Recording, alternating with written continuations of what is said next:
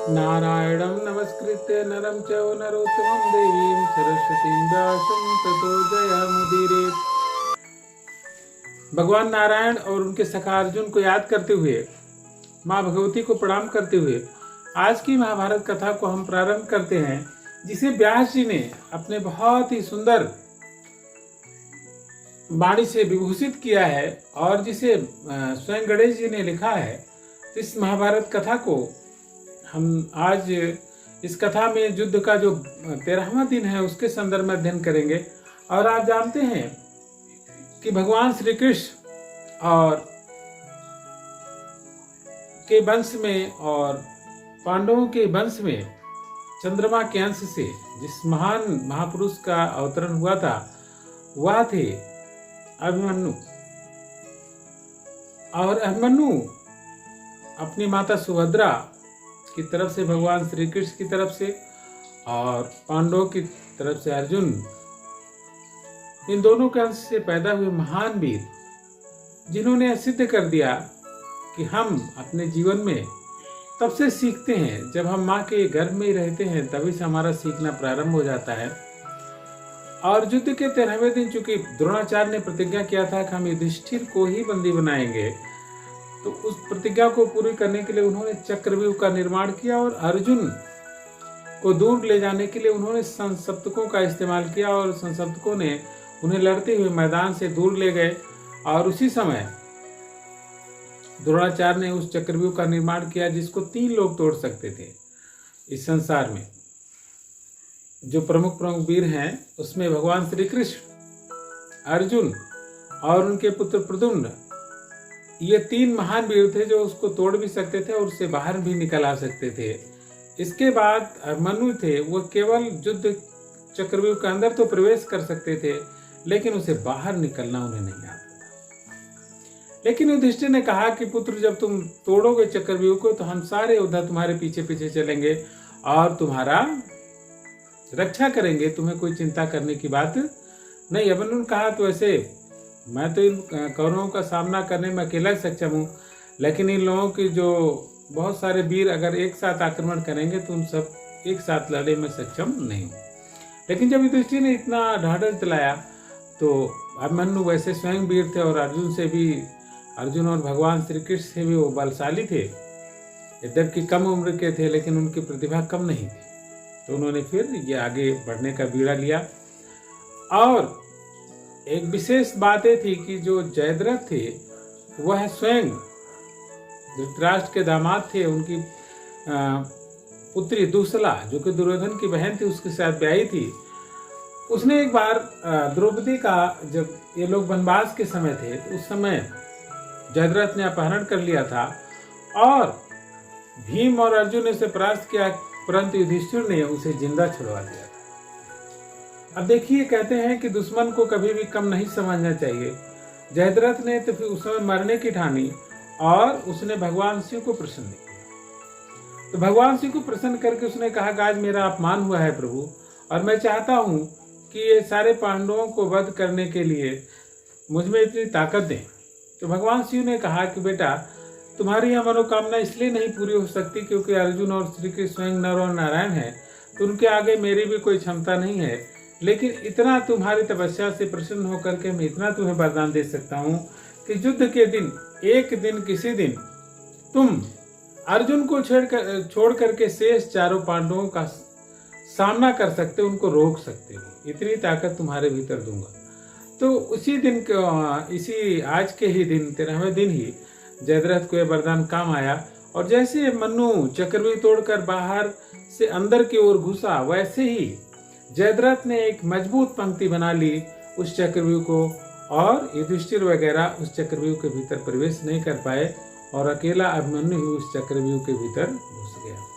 और कहते हैं कि शेर का बच्चा कहीं भी रहे तो वह क्या है कि अपनी प्रतिभा दिखाता ही है। तो उसी तरह से अभिमन्यु ने चक्रव्यूह के अंदर घुस करके उसने दुर्योधन, कर्ण आदि दुर्योधन के प्रमुख प्रमुख वीरों को परास्त कर दिया। और दुर्योधन का पुत्र लक्ष्मण उनके सामने आया। यद्यपि अभिमन्यु ने मना किया उससे लड़ने के लिए, लेकिन वह चूंकि क्रोध में था, इसलिए अभिमन्यु से लड़ने के लिए उसने उतावलापन किया और वो भी मृत्यु के ग्रास में चला गया।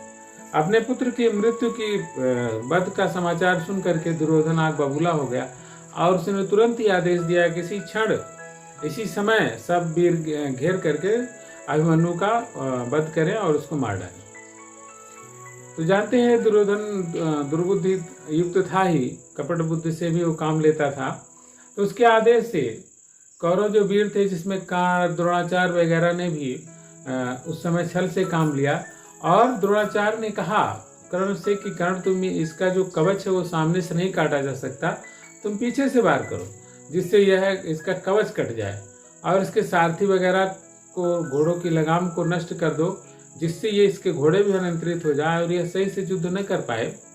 तो कर्ण ने इसी तरह से काम लिया और अन्य वीर मिल करके उसकी रथ ध्वजा सारी चीजों को काट डाले। वो बेचारा अकेला अभिमन्यु उन सारों वीरों से लड़ता हुआ रथ का पहिया उठाकर कुछ देर तक लड़ता रहा। तभी दुशासन का पुत्र आया और उसने गदा से प्रहार करने का प्रयास किया। तो उसके इस कृत्य को देख करके अभिमन्यु ने भी गदा उठाई और दोनों ही वीर लड़ने लगे। इतने में जब अभिमन्यु को शिथिल हो गया और पीछे से कई वीर उसके ऊपर बाण बरसा रहे थे, ऐसे में अभिमन्यु के सिर पर, जो कि गदा का नियम भी नहीं है, लेकिन उसके सिर पर ऊपर से प्रहार किया, जिससे असाधारण अवस्था में प्रहार करने के कारण अभिमन्यु उस समय मृत्यु को प्राप्त हुए। और इसी समय सारे शंख कौरवों के बज उठे, जिससे युधिष्ठिर जान गए कि अवश्य हमारे पक्ष का मंगल हुआ है। और जब शाम को अर्जुन लौटे तो उन्होंने जब सारी बात जानी युधिष्ठिर से, तो बहुत ही दुखित हुए और उन्होंने उसी समय प्रतिज्ञा किया कि कल सूर्यास्त के पहले मैं इस पापी जयद्रथ को अवश्य यमलोक पहुंचा दूंगा, अन्यथा मैं इस धरती पर रहने के काबिल नहीं रहूंगा। तो उनकी इस भयानक प्रतिज्ञा को सुनकर के जयद्रथ बहुत डर गया और उसने युद्ध के मैदान से भागने की सोची, लेकिन दुर्योधन ने उसे ढांढस बंधाया और कहा कि कल सारे वीर आपके सुरक्षा में रहेंगे। और सुबह द्रोणाचार्य ने जो सकट व्यूह बनाया और उसमें 12 मील की दूरी पर जयद्रथ को रखा गया और उसके सुरक्षा में कर्ण वगैरह सारे वीर थे। उधर पांडवों की रणनीति यह थी कि द्रोणाचार्य को अकेले उलझाए रखा जाए और उसके बाद अर्जुन सारे वीरों का सामना करते हुए सीधा पहुंचे जयद्रथ तक। और उस दिन अर्जुन ने बहुत बड़ी वीरता दिखाई और उनके सामने जो भी वीर आता गया उनका उन्होंने सीधा सफाया करते गए। और इधर धृष्टद्युम्न ने और सात्विकी और भूरिश्रवा आदि लड़ रहे थे। उसी समय सात्विकी थोड़ा कमजोर पड़ गया, तो अर्जुन ने देखा कि हम 2 वीर लड़ रहे हो तो हमें बाण नहीं चलाना चाहिए।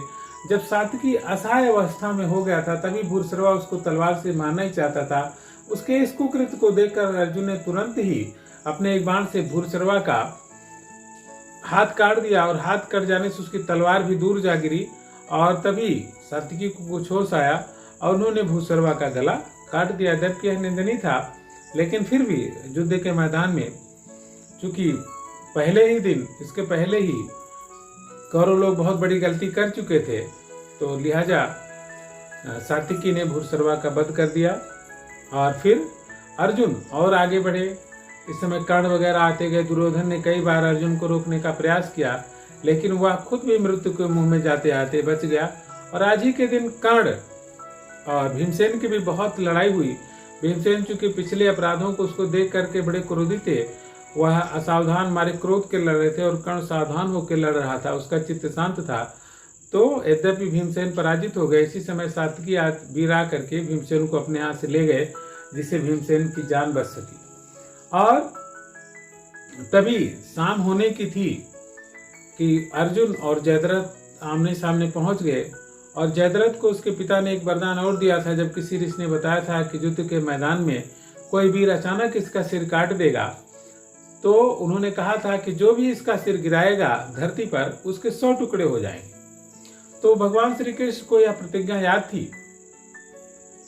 उन्होंने अर्जुन को बताया कि देखिए, इसके जब सिर काटिएगा तो इसके सीधा इसके पिता की गोद में डालिएगा, जो कि समंत पंचक क्षेत्र में तपस्या कर रहे हैं। तो अर्जुन ने ऐसा बाण चलाया कि जयद्रथ का सिर अलग हो गया उसके धड़ से और वह बाण ले जा करके सीधा उनके पिताजी वृद्ध छत्र के गोद में डाल दिया।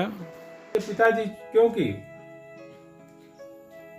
खुद भी तपस्या कर रहे थे इसलिए वो जान ही नहीं पाया। देखिए उस समय भी गाइडेड मिसाइल की जो आज की परिकल्पना की जाती है कि वो कहीं भी अपना काम कर सकती है, तो उसी तरह से अर्जुन के बाण ने भी गाइडेड मिसाइल के बाद काम किया और जयद्रथ को सिर ले जाकर के सीधा उसके पिता की गोद में डाल दिया।